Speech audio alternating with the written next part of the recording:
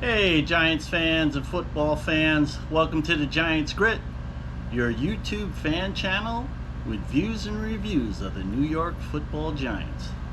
Well, the Giants just played the Baltimore Ravens and they lost 35-14, and actually it wasn't even that close.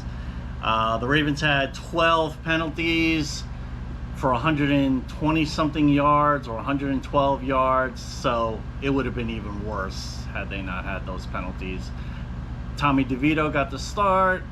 He only played the first half because he got a concussion towards the end of the towards the end of the first half with just a few seconds left.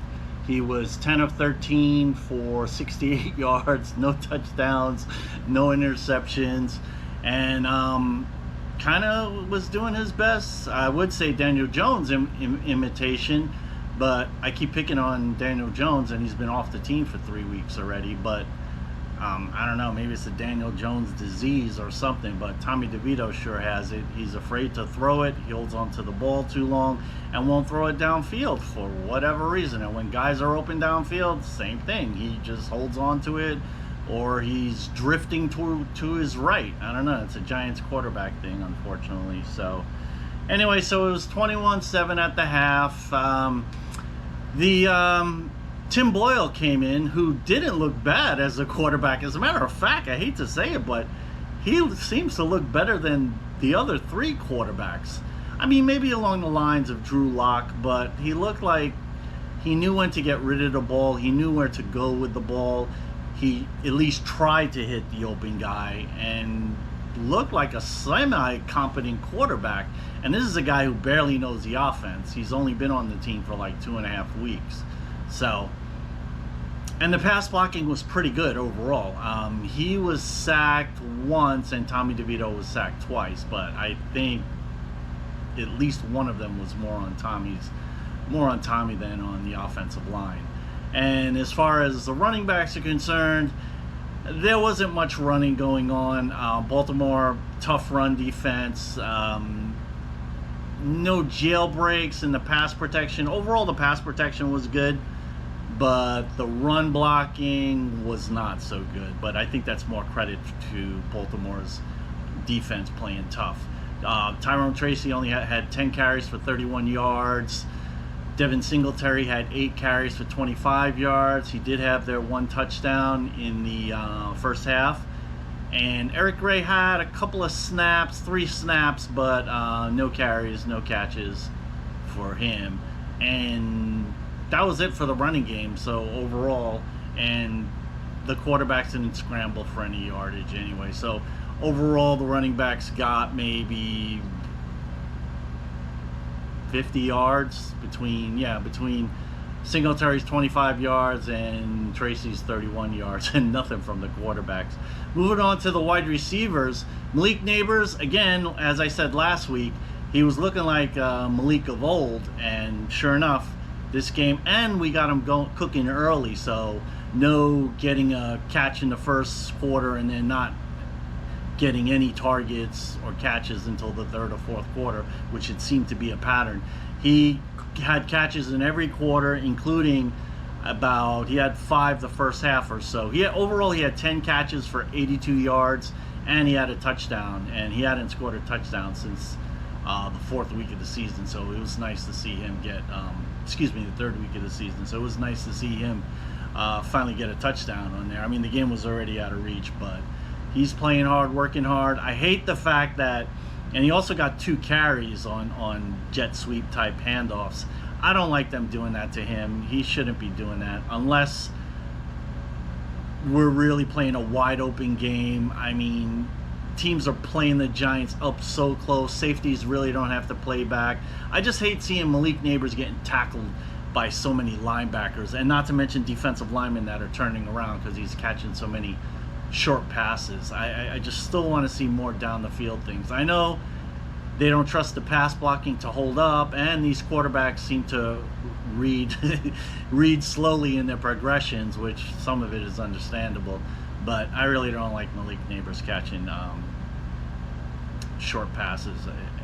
I mean, I guess that's just the way it's going to be, at least for the rest of this year. As far as the other three receivers are concerned, Darius Slayton only had one catch for 16 yards, and I think he had one other target, and that was about it. He did draw a pass interference penalty. Malik Neighbors also drew a couple of pass interference penalties. So, and overall there were 4. Well, the Ravens committed 12 penalties. 4 of them were pass interference ones. So again, the Giants, they might have not scored without the help of the penalties.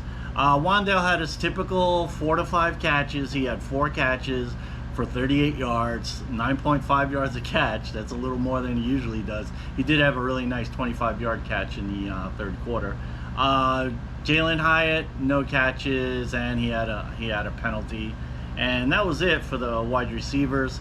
Going back to Tracy had 1 catch for like 4 yards, and Devin Singletary had like 3 catches, about 15 yards or so. So as far as the tight ends are concerned, Bellinger had his second start, the second week in a row for the injured and IR Theo Johnson. Again, I'm really disappointed that Theo Johnson doesn't get to finish out the year. He was showing some really nice progress in his rookie year. So yeah, Bellinger had 3 catches for 35 yards. He blocked okay. I mean, he was playing some fullback while Chris Manhertz played the line tight end, and Greg DeLoach played, the guy they picked up last week, so who I liked in the 2022 draft. So I like that they at least targeted him once, and he got in there to, get some blocking in there. So at least they're working him in there. Again, you hope that's something for next year. So moving on to the defense there. Oh, getting back, the tight ends, they blocked okay, but Baltimore's run defense was really good, and it was hard to get the running backs going. Plus, they had a huge lead already. I mean, it was already 21-7 at the half. So Giants could only run so much, although I still wish they ran more than they did. So, and then getting on to interior defensive line, after playing a really good game against the Saints and disappointingly, well, first of all, Dexter Lawrence is out, Nacho's out, and DJ Davidson's out. So they're going with the backup. So they started with Jordan Riley at nose tackle, and the 2 defensive ends were Elijah Chapman and Elijah Garcia. They didn't play as well. They were going back more to the 2 big defensive tackles and the 2 edge rushers, Brian Burns and Kayvon Thibodeau, for a 4-man line, when really it's just 2 defensive tackles and 2 outside linebackers or edge rushers, 250-pound guys. I really feel like they should play 3 big men down all the time with the way this run defense is going. And of course, they weren't getting any push. Baltimore ran for 170 yards. Lamar Jackson had 60 of those himself. He had plenty of time in the pocket. We only had a couple of sacks on him, and he basically could do what he wants. But he's having an MVP type year. Lamar Jackson's one of the best players in the league, regardless of position. He was 21-25 for 290 yards, 5 touchdown passes, no interceptions. He had more touchdown passes than incompletions. So he had only 4 incomplete passes, and he had 5 touchdowns. So that just goes to show you how much he torched the Giants defense. And he got to sit out the last 5 minutes of the game with a big lead. So yeah, Lamar Jackson, he's a great player, and he just easily torched our defense. So more with the defensive line, interior defensive line. Chapman didn't play as well as I hoped. I mean, he started, he's a try-hard player, but wasn't able to stop the run. Got 1 pressure, and then that was it. He much stuck to blocks. Jordan Riley showed pretty good. I think there's something there. I think he could be a good backup nose tackle or a rotational tackle. He held his ground pretty good. Had a tackle for loss. Had 3 tackles. I like him. I like Jordan Riley. I think there's some potential there. There was at the end of last year. It was a little disappointing this year where he wasn't getting that much playing time, but I think the injuries have allowed him to kind of make a little bit of a comeback. So we'll see. He's a player that we want to monitor for the next 3 games to finish out the season, so going forward for 2025. And Elijah Garcia, he played nobody really stood out. He had 3 tackles, and that was about it. As far as Corey Dundum and Casey Rogers, they all kind of looked like each other. They were trying hard, hand fighting, if you will, with the Baltimore offensive line, but nobody was getting penetration, and nobody was pushing the offensive lineman into the quarterback's lap. Granted, it might have been something schematic, as far as, because you can't just rush Lamar Jackson too hard, because then you're creating a running lane for him that he could take advantage of like no other quarterback in the league can. So there may have been some containments in their rushes, but again, you would have thought at least 1 or 2 penetrations, but it wasn't happening. As far as the edge rushers are concerned, Brian Burns had an okay game. He had a couple of missed tackles. He did have a sack. He had another couple of tackles as well, and a tackle for loss. Not his better game, but not a bad game per se, but certainly he's had better games. Kayvon Thibodeau, on the other hand, had a bad game. I mean, I think he had 1 tackle on the stat sheet. So yeah, really disappointing. There was a chance for him to, I mean, you know, there was a lot of pass attempts. Surprisingly, Baltimore didn't run as much as I thought they would. And having such a mobile quarterback threat like Lamar Jackson, you would have hoped Kayvon Thibodeau's speed would have helped defend him. But all that being said, even though he didn't have a good game and didn't seem to get off blocks, he could have had himself 2 nice, easy sacks. He let Lamar Jackson juke him out, where Jackson basically kind of pump faked him a few times when he should have went straight for him. He probably would have sacked him because Lamar was standing still, and then Lamar ends up completing like a 30-yard pass on that. And another time against the backup quarterback who was rushing, he had him dead to rights and actually grabbed him and just missed him, and then Dane Belton had to finish him, and Dane Belton got credit for the sack. So Thibodeau could have had a quote-unquote bad game, but would have been a good game stat-wise for him, but he messed that up. So bad game by Thibodeau, so he's got to step it up. And you know, these last 3 games are, you know, obviously there's no danger of him being off the team for 2025, but you want to see him having a better game, at least like a comparable to what Brian Burns' games was. Kind of like last week, where against the Saints he played pretty well, I thought. Moving on to the off-the-ball linebackers, the inside backers, Mike McFadden and rookie Darius Moasu had his first full game start. He played all 100 snaps, 100% of the snaps, and no splash plays, no really bad plays. He gave up a long completion over the middle. I don't remember specifically who. But, I mean, Moasu, I mean, he's definitely a nice player to have moving forward, but he's just not really making any splash plays. He did get an interception the first week of the season, so we'll see. I mean, definitely someone to have in the future, but it would have been nice. But then again, you know, he's got to wade through the trash and all in the mix-up with, you know, the defensive line not getting any penetration, not getting off the blocks. They can't really just run to the ball. Micah McFadden, he had a good game. He had 11 tackles again like last week, but last week he had the best game of his career as a Giant. This game he was still good. He had, like, I count like 3 missed tackles, so he's kind of back to having a couple of missed tackles every game. But like last game, he was all over the field, so that was nice to see. He did give up a long pass play on coverage, but again, Micah McFadden is not the reason why the Giants' defense is playing so poorly. So now moving on to and Patrick Johnson got a little bit of playing time, and Tamon Fox. I think they both had 1 tackle on the stat sheet. They ran around, nothing good or bad with those guys. Whatever tackles they made or force they made was down the field. Moving on to the secondary, the corners. Devontae Banks was out, Cordell Flott was out, and rookie Drew Phillips are out. Your starting 3 corners are out.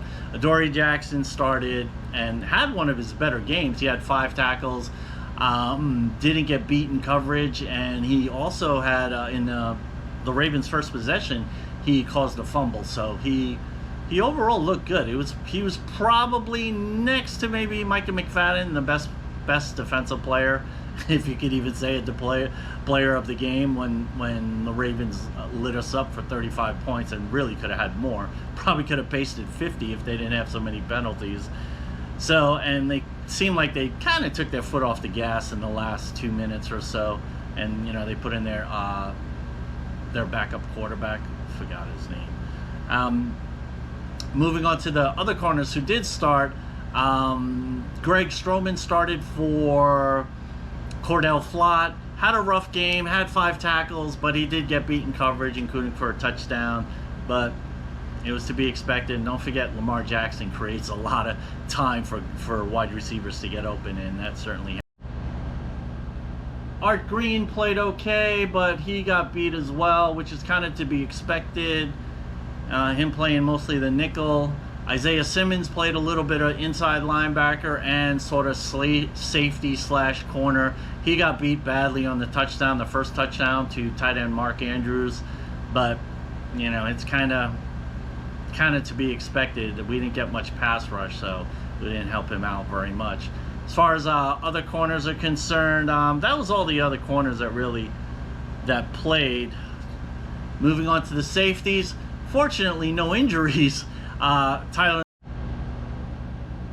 Tyron Nubin out, Dane Belton stepped up, had a pretty good game. He had 15 tackles, a pass defense, a sack, a quarterback hit.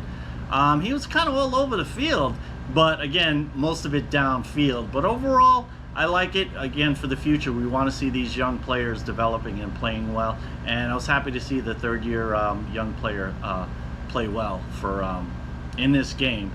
Subbing in for, he's not a threat to unseat Tyler Nubin by any means, but yeah, definitely a solid rotational guy. And Jason Pinnock, the other safety, he did not have a good game. He was, so Jason Pinnock, again, not a good game. He's solid, but he's not making any splash plays. So I think I'm hoping the Giants move on from him next year. Again, watching these games now is just, it's kind of basically assessing for the future. And that's about it. The Giants gave up a long punt return and a long kickoff return on the Ravens' first opportunities. Other than that, no field goal attempts. They got their extra points. Coverage was good after the first punt and the first kickoff. So they're 2-12. Well, that's about it, Giants fans. I mean, they're playing for next year. We'll see what happens with the number 1 pick or the number 2 pick. They're going to likely be picking in the top 3. They might not even win another game. There's 3 games left. They're playing the Falcons next week in Atlanta. So we'll see how that goes. I think the Giants got to move on. I would fire the GM and fire the head coach and just go from there. Bring in someone new. I don't know. I'm not quite sure who they should go with next. I'll have a video on that at the end of the year, if not sooner. But hang in there, Giants fans. Hang in there, Giants. Play to win. I don't care. I want them to win these last 3 games. All right. Please like and subscribe if you haven't already. Thanks. Have a good one, Giants fans and football fans.